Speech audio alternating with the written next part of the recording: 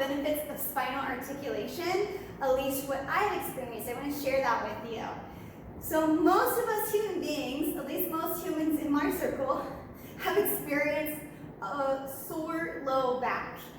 And there's all kinds of reasons that you could have a sore low back. A medical professional would meet with you and evaluate why your back is sore. But this is more generalized to my experience specifically. So generalized in that I've come across this often, and I've definitely experienced this specifically for my own body. A sore low back, one of the reasons your low back may be sore is that it's locked up and tight, and it needs to get mobilized. And also, you need to build core strength so that the muscles surrounding your spine can properly support those bones in your spine, instead of some muscles overworking while other muscles are not working as well as they could be. So, spinal articulation, I feel like, was a game changer for me. All spinal articulation is learning or teaching your body how to mobilize each vertebrae on its own.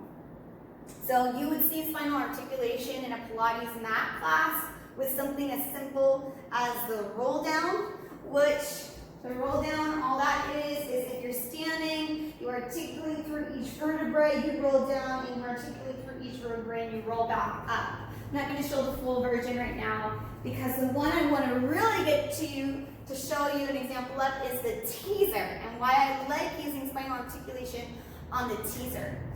Okay, so again, spinal articulation is about learning how to mobilize each vertebrae. And on the teaser, I'm going to use my reformer here. The reformer actually kind of is a little bit of a cheat when you're working on teaser.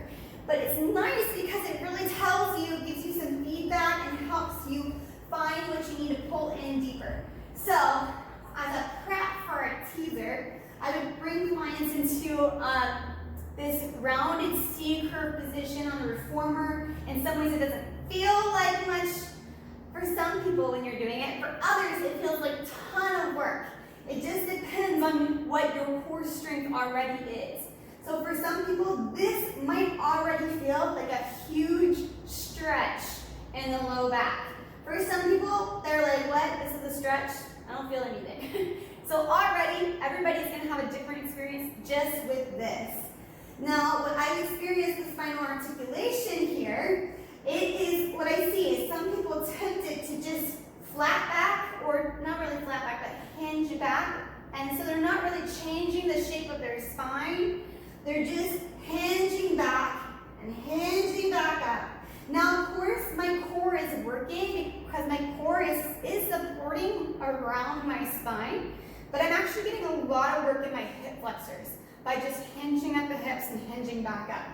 So there's not anything necessarily wrong with hinging, but if one of the things I want to work on is releasing this back and really pulling in and strengthening the opposing side, then why not really articulate through that spine and thinking about tucking the hips, pulling in the abdominals deeper and deeper, and lowering my spine instead of with a hinge, thinking about articulating down so I feel my lower back go down into my mat, then the next part, then the next part, then the next part. And I would pause people at the lowest position in a chest lift. And then on the way up, instead of hinging up, I would say, okay, let's try to pull in nice and deep and see if we can, instead of hinge, start to articulate our spine off the mat bit by bit, and then bring ourselves all the way back into our C curve.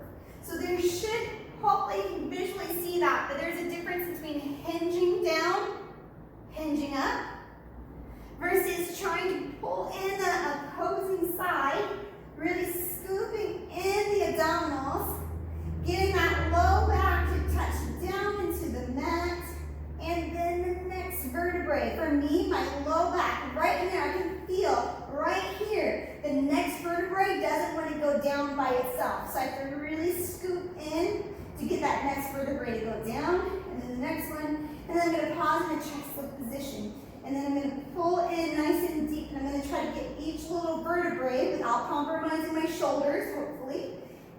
Each little vertebrae to pull back up off that mat. These ropes really are just here to help guide me so that I can focus on that deep articulation through my back and really engaging my opposing side.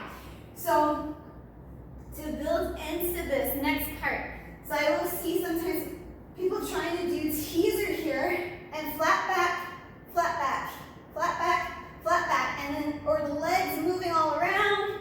And of course, this takes a lot of strength to do, but it takes even more strength, body awareness, and control to be able to hold the legs still. Already, I'm working a lot, just holding the legs still, and pulling into those abdominals, lowering the next part of my vertebrae down into the mat, and I can feel right here, I really just want to hinge down. I don't want to articulate at all. I can feel my body fighting against that.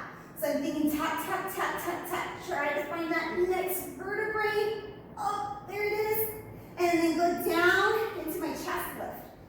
And then pulling in nice and deep, trying to get the next vertebrae to come up. The next one, the next one, the next one. And then I can come back up, kind of in this teaser-like position. I'm definitely going to see a curve in my spine though here. And I'm going to go back down, and I'm going to really tuck the hips, so that I can get that next vertebrae into the mat, and then the next one, and then I'm going to go down to chest lift.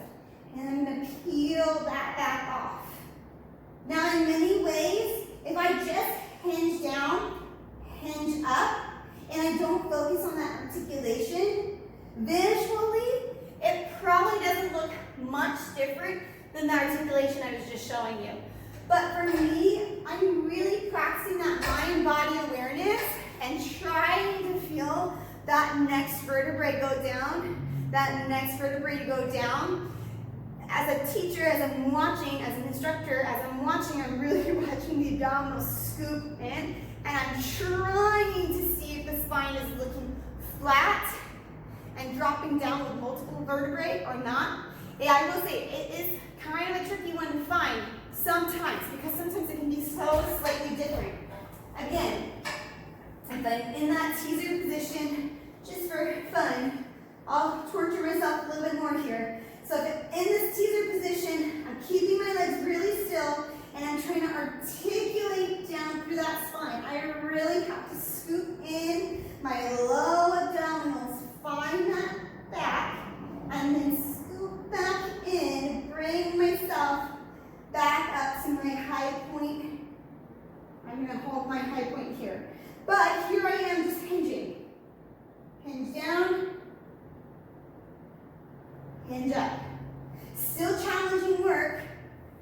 Both are challenging work. But one, I'm finding something with the articulation. I'm finding something way different with my core strength and the mobilization of my spine. So just some food for thought there for those of you who come into class and we're working on this one where you're going down, going up, and it's really tempting to do the movement without the articulation, but just hinging, right? So I'm just hinging. I'm going down, going up. So it looks really cool. I look like I'm going really quickly. And again, this does take strength. But instead, really mindfully going through my spine, and especially, again, for me, that low back, I can feel it. It's right here that my low back doesn't want to articulate down through. So I'm really focusing on trying to mobilize through that spot. Again, both take strength, but then trying to build mobilization with strength as well as mind-body awareness as I'm going here. So just some food for thought as we get into those reverse roll-ups / teaser preps and work on our spinal articulation. I hope that gives you some things to think about for class and for spinal articulation, especially as you work through a teaser.